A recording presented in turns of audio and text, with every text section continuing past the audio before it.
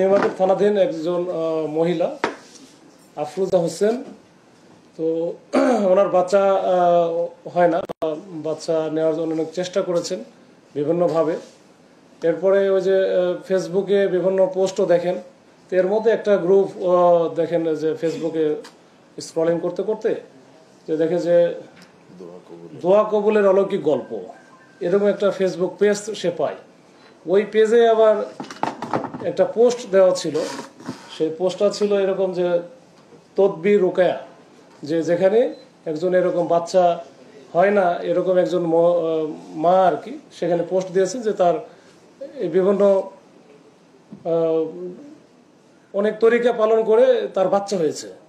তো এইটা দেখে সে ওইখানকার যে মেসেঞ্জার গ্রুপে ওই যোগাযোগ করে একটা মহিলার সাথে, এই সানজিদা আলো। তো সানজিদা আলো তখন তাকে বলে যে এটা আসলে আমার এই কারিশমাটা হয়েছে অন্য আর একটা গ্রুপ লিঙ্ক আছে, ফেসবুক আইডি লিঙ্ক আছে, সেটা হচ্ছে তাকিয়া বা তাকোয়া। এই তাকোয়াটা ওই লিঙ্কে আপনি একটু যোগাযোগ করতে পারেন। তখন তাকে রেফার করে দিল তাকোয়াতে। এটা কিন্তু জানুয়ারি মাসের ঘটনা, 15 তারিখ বা 16 তারিখ 15 তারিখের ঘটনা। তো এরপরে তাকোয়াতে সে যোগাযোগ করে ওইখানে একটা মহিলার সাথে তার সাথে যোগাযোগ হয়, এবং যোগাযোগ হওয়ার পরে সেই মহিলা বলে হ্যাঁ আমরা মোটামুটি এই ধরনের কার্যক্রম আমরা ইতিপূর্বে অনেক করেছি এবং আমাদের কাছে মুশকিল যত আছে এটা আহসান হয়েছে, তো আপনি এটা এদিকে আসতে পারেন। তো এখানে আমরা যেভাবে বলবো সেভাবে কাজ করলে এটা কিন্তু কাউকে বলা যাবে না বা শেয়ার করা যাবে না।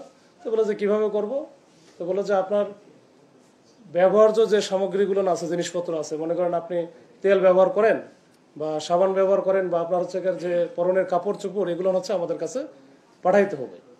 পাঠাইলে আমরা এটা ঝাড়ফুঁক দিয়ে দিলে ওটাই যদি আপনি পরিধান করেন, সেক্ষেত্রে আপনার কিন্তু এটা আমার যেটা হয়েছে এটা আপনারও হবে, বা আমি বহু এরকম ঘটনা হয়েছে। তার সাথে সাথে যেটা ছোট্ট একটা বিষয় ছিল, এটা কিন্তু প্রথমে বলে নাই যে স্বর্ণের বিষয় কিন্তু এড়িয়ে গেছে আর কি প্রথম দিকে। তো ওই সময় বলছে যে পাঠানোর আগে আপনি একটা কাজ করে 6100 টাকা পাঠান, এখানে অনেক কিছু লাগবে, ঝাড়ফুঁক দিতে গেলে তো অনেক কিছু কিনতে হয় আমাদের। তো তখন সে বিশেষ করে 6100 টাকা পাঠাইছে তার একটা বিকাশ নম্বরে। তো বিকাশ নম্বরে পাঠালো। এরপরে আবার তার সাথে পরে আবার যোগাযোগ করে বলো যে ব্যবহার্য সামগ্রীর মধ্যে তো স্বর্ণ আছে আপনার, তো স্বর্ণ তো থাকার কথা আপনার কাছে, তাহলে এই স্বর্ণগুলো পাঠিয়ে দিয়ে। তখন সে প্রথমে 10 ভরি স্বর্ণ পাঠাইছে। মাঝখানে 10-15 দিন গ্যাপ হয়ে গেছে, এর মধ্যে তো কোনো কিছু হয় না। এখন এই মহিলা যিনি ভিকটিম আফরোজা হোসেন, তো উনি বলেন যে আমার এর মধ্যে তো কোনো লক্ষণ দেখতেছি না, বা 1 মাসের কাছাকাছি হয়ে গেছে।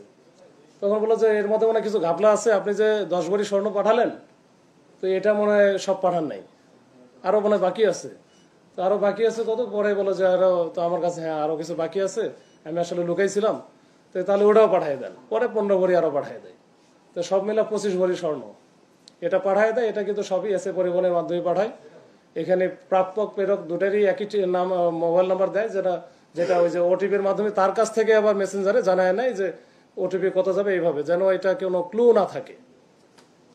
ক্লু তো একটাই, সেটা হচ্ছে যে পাঠাচ্ছে বা আফরোজা হোসেন যে ভিকটিম, তার মোবাইল নাম্বার, এ তো পুলিশও জানবে না, কেউই জানবে না। তো যাই হোক, এরকম একটা ঘটনা ঘটার পরে যখন সব মিলে 25 ভরি স্বর্ণতে সে দিল তখন, এবং 6100 টাকা দিল, দেওয়ার পরে সে বুঝলো যে আসলে সে প্রতারণার শিকার হয়েছে।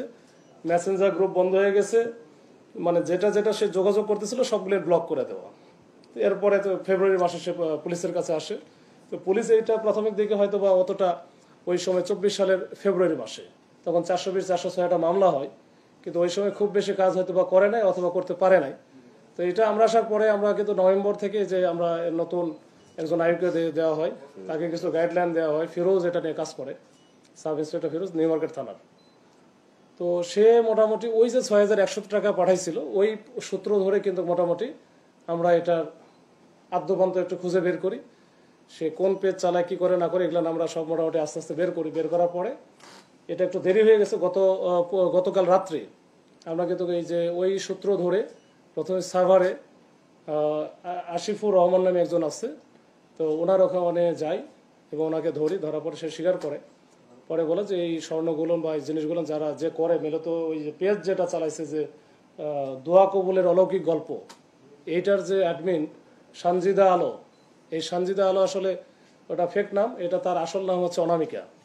তো এই অনামিকা আবার যে মোহাম্মদপুরে যে বসিলা হাউজিংয়ে থাকে, তো ওইখানে নিয়ে আসার পরে অনামিকার বাসা তো ওইখানে দেখলাম যে তারা স্বামী স্ত্রী মিলে একসাথে থাকে এবং তাদের বিরাট আলিশান কারবার, আইফোন ব্যবহার করে, তারপরে স্যামসাং আলট্রা যেটা আলট্রা 24 লেটেস্ট, বা আইফোন প্রো ম্যাক্স যেটা যে 16 সেটা ব্যবহার করে। তো যাই হোক, তো কোনো চাকরি বাকরি কিছুই নাই, তার সুন্দর সংসার চলতেছে। তো তার কাছ থেকে মোটামুটি আমরা সব মিলে 85 ভরি স্বর্ণ পাই, আর 26 ভরির মতো থাকে পাওয়া যায় হচ্ছে ওই যে বালা, যেটা কপারযুক্ত বালা, আর অন্যান্য এই বলতে পারেন যে 25 ভরি দিলাম, আবার এখানে আবার অলৌকিক কোনো কিছু ঘটলো নাকি যে 85 হইলো কেমনি। আসলে এটা সে বিভিন্নভাবে আরও এরকম বহু প্রতারণার মাধ্যমে এগুলো অর্জন করেছে। তো এটা ব্রিফিং করার আসলে উদ্দেশ্য হচ্ছে আমরা যে বিপুল পরিমাণে যে এই যে স্বর্ণ অলঙ্কার যে আমরা উদ্ধার করলাম, বা এর সাথে টাকা পয়সা, নগদ টাকা 3.5 লাখ টাকার মতো ছিল। তো এই সব মিলে এইটার উদ্দেশ্য হচ্ছে এই যে আমরা বিভিন্নভাবে অনলাইনের যে ফেক পেজের মাধ্যমে, গ্রুপের মাধ্যমে বা আইডির মাধ্যমে আমরা প্রতারণার শিকার হচ্ছি, এইটা আসলে একটু সচেতন হওয়া সবার দরকার। সচেতন না হলে এভাবে কিন্তু হতেই থাকবো। আর 2 নম্বর হচ্ছে যে আমরা যখন এটা করতে কোনো কিছু একটা সিদ্ধান্ত নেওয়ার আগে যদি পরিবারের সবার সাথে একটু আলোচনা করে সিদ্ধান্ত, এরকম বড় বড় সিদ্ধান্তের ক্ষেত্রে একটু ওই যেটা এই মামলার যে ভিকটিম আফরোজা হোসেন, উনি যদি তার স্বামীকেও বলতো তাহলে কিন্তু এই ঘটনা মনে হয় হতো না। তো এরকম আসলে এটা এই সচেতনতা বাড়ানো দরকার। এই জিনের বাদশা বা অমুক বাদশা তমুক বাদশা, এই বাদশাগুলোনের ব্যাপারে আমাদের একটু সচেতন হতে হবে, আমাদের একটু সবাইকে সচেতন হতে হবে। না হলে কিন্তু আমরা যারা বিশেষ করে নারী জাতি যারা আছেন, ওনারা হয়তো বা যে বাচ্চা যাদের হচ্ছে না তারা কিন্তু ডিপ্রেশনে থাকেন, তারা বিভিন্নভাবে মনে করে যে আমাদের বাচ্চা যেভাবে হোক হইতে হবে, বা এই বিষয়গুলো এটা কিন্তু এই সচেতনতা বাড়াতে হবে, না হলে আমাদের কিন্তু আস্তে আস্তে আরো আমরা প্রতারণার শিকার হব। তো এই হচ্ছে বিষয়।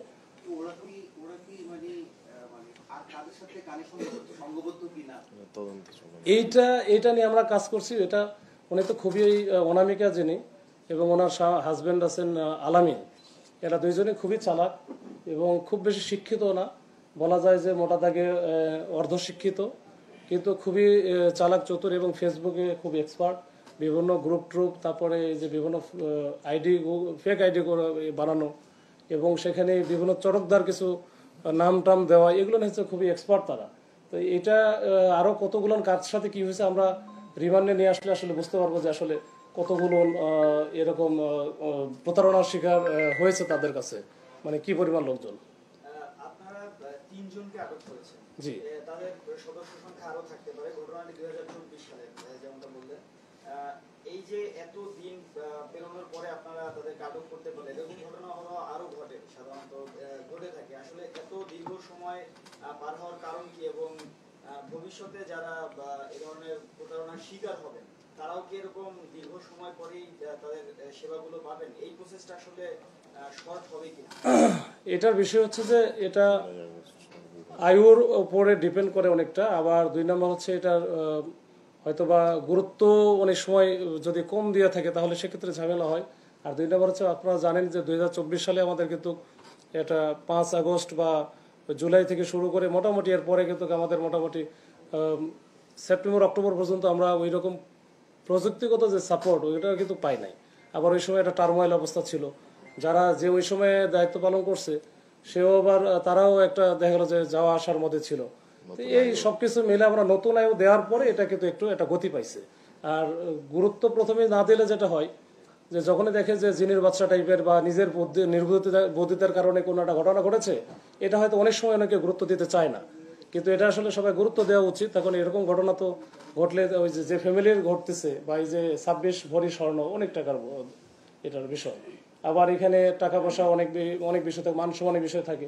তো এগুলো আস্তে আস্তে আমাদের সচেতনতা বাড়াতে হবে। এর মধ্যে আমরা যারা আছি আমাদেরও উচিত যে এটা যেন দ্রুত পদক্ষেপ নেওয়া, এবং আমরা ইনশাল্লাহ নিয়ে থাকি। তো এটা হয়তো একটু ব্যতিক্রম ঘটছে বিভিন্ন কারণে আর কি। এটা কেবল আমরা এই যে গত রাতে আমরা কিন্তু মানে ভোরের দিকে শেষ করেছি, তো আমরা এটা আবার 24 ঘন্টা পার হয়ে যাবো, এই জন্য কিন্তু আমরা তাড়াতাড়ি করে এটা যেটা করা। আমরা এই রিমান্ডে নিয়ে আসলে এটা মোটামুটি একটু আদ্যপান্ত আমরা আসলে আদ্যপান্ত যা আছে আমরা থরল ইনভেস্টিগেশন করব। আর কোনো যদি আপডেট থাকে এর মধ্যে জুয়েলারি কিছু বিষয় আছে এগুলো পরে বলতেছি, এটা আমরা হয়তো বা আর একটু আপডেট থাকলে আপনাদের দিব ইনশাল্লাহ। এই ক্লু সব বলা ঠিক হবে না, এটা তো আসলে অনেক, এটা তো এই যে আমি একটা কথা বলেছিলাম যেটা হচ্ছে যে এসএ পরিবহনে পাঠালো, এই পাঠানোর ওই ক্ষেত্রে দেখবেন যে প্রেরক এবং প্রাপ্য যার কাছে পাঠাচ্ছে ওইখানে কিন্তু কোনো নামও দেয় না, কিচ্ছু দেয় না, জাস্ট ওনার নামই মোবাইল নাম্বারটা বসায় দিচ্ছে কি কারণে, আমরা তো ওই যে এসএ পরিবহনে যখন রিসিভ করতে যাবে তখন তো ওটিপি চাই যে আপনার কাছে এটা ওটিপি গেল ওটা বলেন, যদি বলতে পারলে তখন তো বলে যে তার কাছে মোবাইলটা আছে, সে ওই মেসেঞ্জারে কিন্তু যোগাযোগ করতেছে, যখন ওটিপি চাচ্ছে তখন কিন্তু ওইখানেই বলে দেয়, ওই যে পাঠালো আফরোজা হোসেন ওনার কাছে কিন্তু মেসেঞ্জার থেকে সে নিয়ে নিছে যে ওটিপি হচ্ছে 2345 বা এরকম। তো এটা করার কারণ হচ্ছে যে তাকে যেন আমরা খুঁজে না পাই, এই হচ্ছে বিষয়। আমরা অনলাইনে এটা করে একটু, এটা তো আসলে এই যে ফেসবুকের পেজ যেটাই যত কিছু হোক এগুলো এটা হঠাৎের বিষয় না,